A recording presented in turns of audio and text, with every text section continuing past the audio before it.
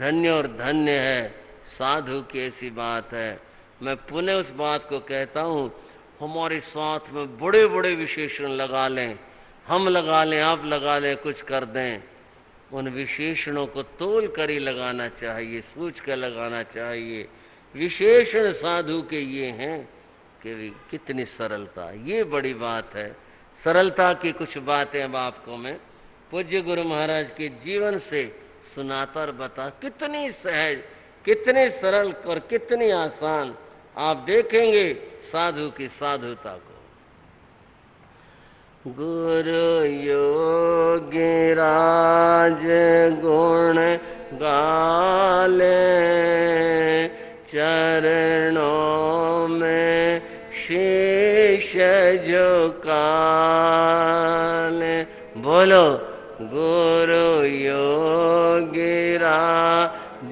गुण गाले, चरणों में शीश। भविष्य द्रष्टा अंतर ज्योति, भविष्य द्रष्टा अंतर ज्योति, चिंताएं खुद दूर यूं होती, चिंताएं खुद दूर यूं होती। सुमरण भाग्य बना ले, चरणों में शीश झुका ले। हाँ, सुमरण भाग्य बना ले, चरणों में शीश झुका ले। गुरु योगिराज गुण गाले, चरणों में शीश। बोलो गुरुदेव योगिराज श्री राम जी लाल जी महाराज की। सरलता और सहज वचन क्या होते हैं संत के। पूज्य गुरु महाराज योगीराज जी ने मेरठ से विहार किया और उनको जाना था अमीनगर सराय। कई बार मैं ये नाम लेता हूं। अमीनगर सराय बड़ौद के पास एक कस्बा है। गुरु महाराज का कृपा पात्र रहा, कई चतुर्मास माह हुए गुरु महाराज के। तो उस बार उनका विचार जो था, मेरठ से विहार करके अमीनगर सराय फिर बड़ौद ऐसे जाना था। अमीनगर सराय के भाई गुरु महाराज को उनकी सेवा में लेने के लिए गए हुए थे। 15-20 भाई थे साथ में। रास्ते में एक नदी आती है, अब भी है, पहले भी थी। उसका नाम हिंडन नदी है। वो आती है। पहले हिंडन पर पुल नहीं था, तो नाव लगती थी, या नाव का कच्चा पुल बनाया जाता था। जब पानी कम होता तो नाव जोड़ करके ऊपर घास फूस बिछाकर मिट्टी डालकर कच्चा पुल बना देते थे। जब पानी आता था हटा लेते थे। हिंडन नदी पर पुल बना, सरकार ने बनाया, और उसी साल बनाया जबकि मैं बात बता रहा हूं। पुल बन गया। गुरु महाराज और मेरे गुरु जी उनके साथ और संत, साथ में भाई बिहार किए हुए आ रहे थे। जब पुल नजदीक आया तो ये आपस में भाई बात करने लगे। हाँ भाई, कितने आदमी हैं? अच्छा, 15 आदमी ठीक है, और 4 महाराज हैं, तो वो टिकट ले लो। ये बात गुरु महाराज को सुन गई। एक भाई थे वहाँ बहुत अच्छे जानकार गुरु महाराज से उन्होंने कर्म ग्रंथ पढ़े थे। उनका नाम राम सिंह था। गुरु महाराज बोले, राम सिंह क्या बात है? बोले कुछ नहीं गुरु महाराज, वो हिंडन के ऊपर वो लगा हुआ टैक्स, क्या कहते हैं इसको, टिकट लगा हुआ है, तो वो उसकी बात थी। गुरु महाराज बोले भाई हमारा टिकट नहीं लेना, हमारा टिकट नहीं लेना।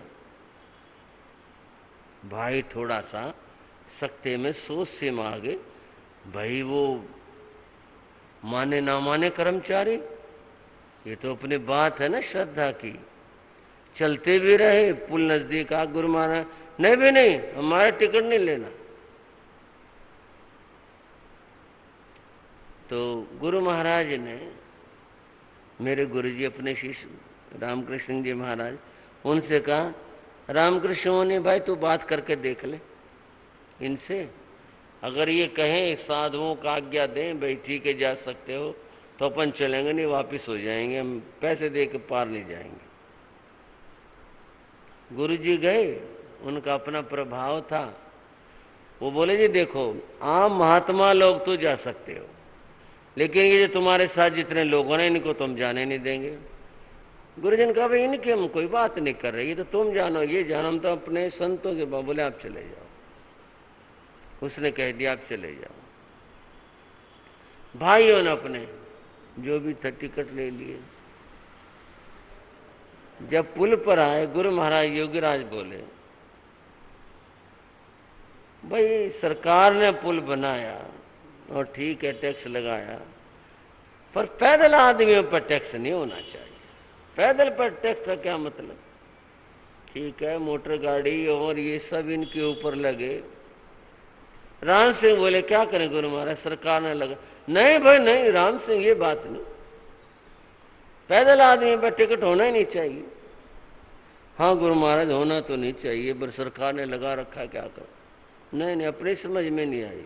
पैदल आदमी पर क्या मतलब टिकट का? पैदल आदमी पर क्यों टिकट लगा? मेरी सरकार ने लगा रखा। उन्होंने कई बार कृपा कर, पैदल आदमी पर क्यों टिकट हो? और वो हर बार ये गुरु महाराज क्या करें, सरकार ने लगा रखा।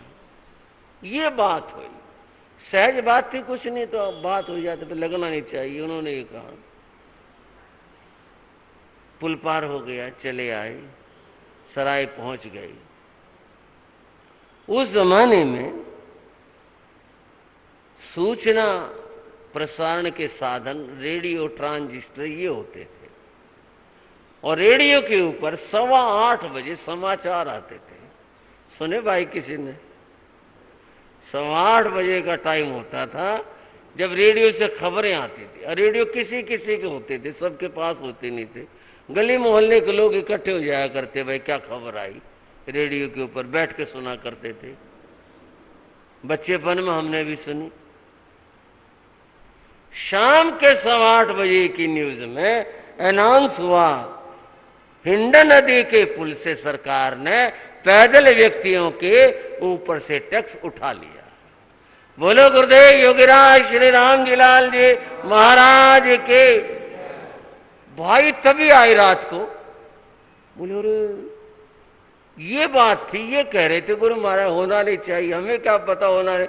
आकर के सूचना दे करके गए, बोले महाराज टैक्स उठा लिया, आपने फरमाया था ना नहीं होना चाहिए। उसी दिन अनाउंस हुआ कि हिंडन नदी के पुल के ऊपर से पैदल पार करने वालों के लिए, आदमियों के लिए टैक्स हटा लिया। अब आप क्या कहेंगे? शायद कोई आदमी कहेगा बाई चांस हो गया। कितनी बात बताऊं आपको बाई चांस की, कहां कहां बताएं बाई चांस। सारी बाई चांस हमारे साथ आपके साथ नहीं हो जाती। वो तो उनकी वचन सिद्धि थी, जहां जब कोई बात फरमाई कही वो होती थी, वैसे ही घटित होती थी। फरमाया टैक्स नहीं होना चाहिए, नहीं, उसी रात हटा, उसी दिन हटा, और उसी रात को अनाउंस हुआ कि टैक्स उठा लिया। क्या विचित्र अद्भुत बात थी। चलो इसको आप सहज में ले लो। और बताता हूं, हम अमीनगर सराय थे, मेरी दीक्षा हो चुकी थी, मैं गुरु चरणों में था, गर्मियों के दिन थे। 2 मंजिल स्थानक था, रहते ऊपर थे। दोपहर में गर्मी से नीचे आ जाते थे संत, नीचे ठंडक होती थी। जैसे हम इसमें बैठे ना, बीच में हॉल है, इधर ये है गैलरी, इधर गैलरी, वहां कमरे हैं, एक इधर कमरा, एक इधर, बीच में हॉल, नीचे। तो गुरु महाराज का मैं आसन लगाता था। आप कल्पना कर लें, जैसे ये दरवाजा है, उसके 3 ही दरवाजे थे, 1 2 3 बार, छोटा ही स्थानक था। तो दरवाजे के साथ में यहाँ पट्टा लगाता था, आने वाले दर्शन कर लें और यहाँ बैठ जाएं। मैं पट्टे के दूसरी तरफ अपना आसन लगाता था, गुरु महाराज के साथ में, पास में। कोई आज्ञा, कोई काम, कोई सेवा हो तो उधर में होता था, फिर गुरु जी का पट्टा, इधर दर्शनार्थी होते थे।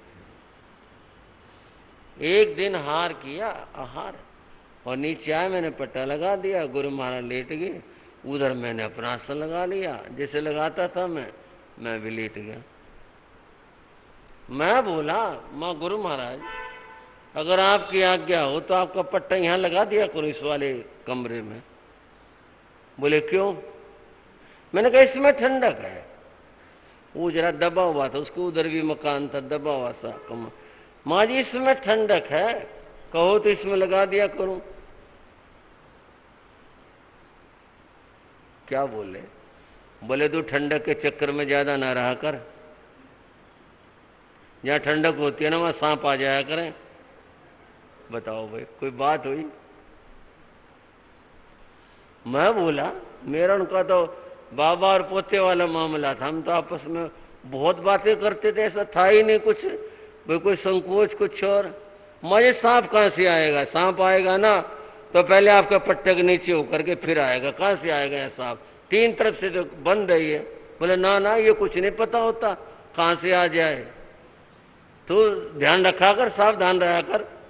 बताओ जी, कोई बात तो नहीं थी किसी तरह की, ना कोई सांप का कोई जिक्र था, ना कोई बात थी, कुछ नहीं।